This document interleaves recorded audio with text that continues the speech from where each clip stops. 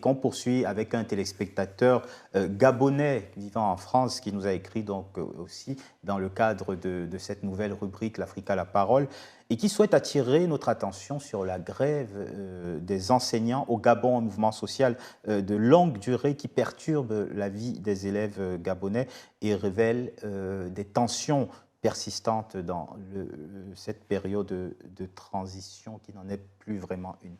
On écoute. Bonjour, Décrypter l'Afrique. Je suis M. Clyde Nestina Bouilly, doctorant gabonais en histoire de l'environnement au Collège doctorat de Grenoble. Donc, comme suite à, à mon message sur Messenger à M. Théophile Kouamou, qui m'a recommandé de faire un audio afin d'expliquer la situation sur le mouvement des grèves dans le secteur de l'éducation nationale au Gabon. En effet, ce mouvement de grève a débuté en mi-décembre avec la création de la plateforme SOS Éducation par les enseignants du primaire, des lycées et collèges du Gabon.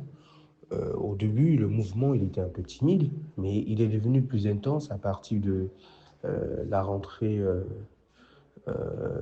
du deuxième trimestre, donc le 5 janvier.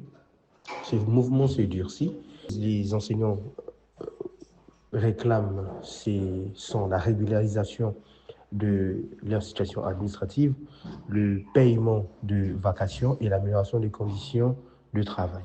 Pour certains, ça fait plus de 10 ans que certains exercent, mais ils sont toujours considérés comme des stagiaires. Ça veut dire qu'en fait, ces personnes ne perçoivent pas leur salaire alors qu'elles ont soit fini leur formation à l'École nationale d'instituteurs ou à l'École normale supérieure, à l'École normale supérieure de l'enseignement technique. Donc, en finissant leur formation, ces personnes, depuis 10 ans, ne sont pas toujours titularisées. Donc, ils n'ont toujours pas le statut d'enseignant ayant donc un salaire chaque fin du mois. Donc, il y a ça, mais il y a aussi les bénévoles. Les bénévoles, ce sont ces enseignants-là que l'éducation nationale recrute avec des diplômes leur permettront d'exercer le métier d'enseignant, et qui ne sont pas forcément passés par l'École nationale d'instituteurs ou l'École normale supérieure encore ou l'École normale supérieure de l'enseignement technique. Et donc, ces personnes aussi sont dans la même situation. Ce sont des personnes qui sont également précarisées. Il y a également dans la régulation de la situation administrative, il y a également le réclassement. Le réclassement, ce sont ces enseignants-là qui, au bout de quelques années, en réalité, euh, doivent,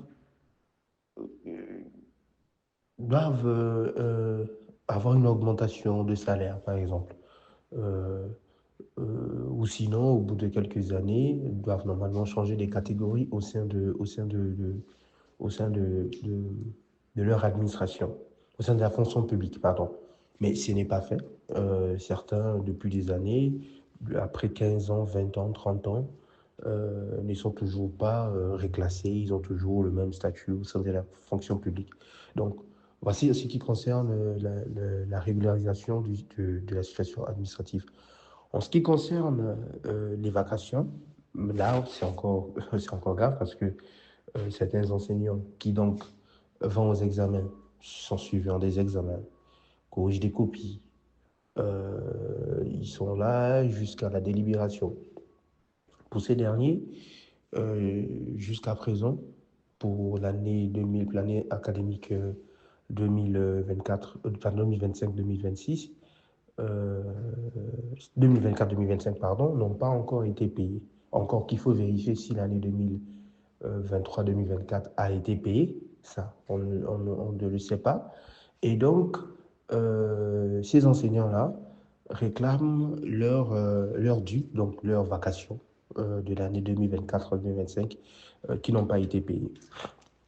Autre chose, ce sont les conditions de travail des enseignants au Gabon. Les conditions de travail des enseignants au Gabon sont très exécrables.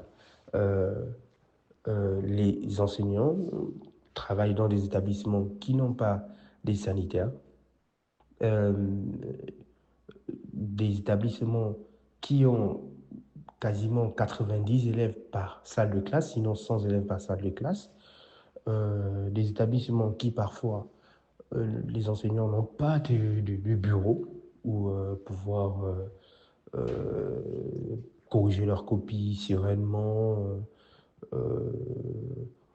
ou sinon vous avez des enseignants en fait qui sont affectés dans des provinces, mais lorsqu'ils arrivent, il n'y a pas de commodité. Alors, Théophile, c'est le type de sujet de fond qui est souvent occulté dans le récit de l'actualité où la politique politicienne est omniprésente. Qu'est-ce que Oui, tu veux nous en on peut dire? dire, on peut être surpris qu'un pays comme le Gabon, qui est vu comme riche, peine à payer décemment une partie de ses enseignants, mais c'est aussi parce qu'on oublie un peu que le Gabon est aussi un pays assez endetté qui a besoin du FMI, de la Banque mondiale. Ce qu'on entend entre autres dans l'intervention de Clyde Nesti Naël Bouy, c'est qu'il y a au Gabon des enseignants qui n'ont pas le statut de fonctionnaire, mais un statut de contractuel au rabais avec zéro garantie d'être payé à la fin du mois. Mais ça, c'est structurel. Ces dernières années sur le continent, ces dernières décennies, notamment suite aux ajustements structurels des années 1990. En Afrique, les enseignants, infirmiers et autres agents de l'État recrutés sous contrat sont sous contrat donc précaires, sont mal payés, mal protégés. Ils sont de plus en plus nombreux. Officiellement, l'objectif est de maîtriser les dépenses publiques. En réalité, c'est une précarité encouragée, directement ou indirectement, par les grands bailleurs de fonds, Banque mondiale, FMI et autres partenaires. En 2020, une revue de l'UNESCO et de la Teacher Task Force sur 23 pays d'Afrique subsaharienne montrait que dans certains pays, jusqu'à 65% des enseignants du primaire étaient sous contrat et non pas fonctionnaires, non plus fonctionnaires. Et avant ça, en 2004, à Bamako, une grande conférence sur les enseignants non professionnels / contractuels était organisée notamment par la Banque mondiale avec une douzaine de pays africains francophones avec pour feuille de route d'institutionnaliser le recours aux enseignants contractuels comme solution, et je cite, rapide et peu coûteuse pour répondre à la massification scolaire dans un contexte d'ajustement budgétaire. Et je rappelle aussi que dans un rapport de 2019 concernant le Gabon, le FMI soulignait que la masse salariale représentait environ 44% des recettes intérieures, en tout cas des coûts intérieurs, des recettes intérieures en 2018. Juste la masse salariale, en fait, c'était cet équivalent-là. Et ce rapport recommandait explicitement de maîtriser cette masse salariale, dont de réformer la fonction publique. Et le recrutement massif de contractuels est une forme de manière de réformer la fonction publique. D'ailleurs, ce 21 janvier, le ministère de l'économie gabonais a annoncé que son pays et le FMI s'étaient mis d'accord pour un nouveau programme économique de croissance après de très longues négociations. Alors, qu'est-ce que cette histoire gabonaise nous montre?